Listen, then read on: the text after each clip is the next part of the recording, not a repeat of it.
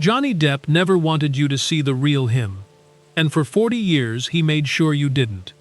Every character he ever played, the swaggering pirate, the gentle man with scissors for hands, the unhinged chocolate factory recluse, shared something in common. They were all outsiders. Misfits who didn't belong, rejected by the world, and loved anyway. That wasn't a coincidence. That was confession, disguised as cinema. Born in 1963 in Owensboro, Kentucky, Depp spent his childhood being uprooted constantly, as his family moved from town to town, following his father's work. By the time they settled in Miramar, Florida, they were living out of a motel. 4 kids, 1 room, no stability. And according to Depp's own court testimony, the instability inside the home was far worse than anything outside of it. He described a volatile household, shaped by his mother's unpredictable anger, where children learned early to read the room just to survive the day. At 11 years old, he found his first escape in his mother's medicine cabinet. Not rebellion, desperation, a child self-medicating against a pain no adult had bothered to acknowledge. It was the beginning of a pattern that would follow him for decades. Then at 12, his mother handed him a guitar.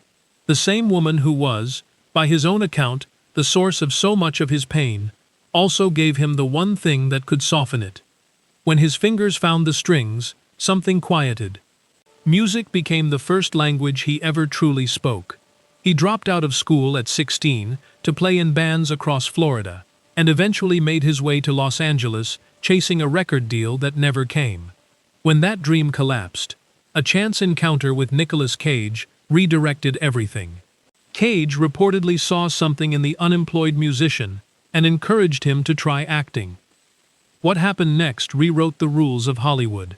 Depp didn't just act, he transformed. Edward Scissorhands, Captain Jack Sparrow, Willy Wonka, Sweeney Todd. Each one an eccentric rejected by society. Each one a version of the boy from Miramar who never quite felt like he belonged anywhere. The films grossed billions, the Oscar nominations followed, and the world fell completely in love, not with Johnny Depp, but with every person he pretended to be. The mask held for decades. Then everything collapsed at once. A marriage that ended in bitter public dispute, allegations that divided public opinion sharply. A 2022 defamation trial broadcast live to hundreds of millions of people, where private text messages, medical records, and painful personal testimony were laid bare under courtroom lights. Whatever the legal outcome, the exposure itself was its own kind of reckoning. But here's what the headlines kept missing. This was also the man who flew to London and sat by his daughter's hospital bed for 3 weeks when she nearly died from kidney failure.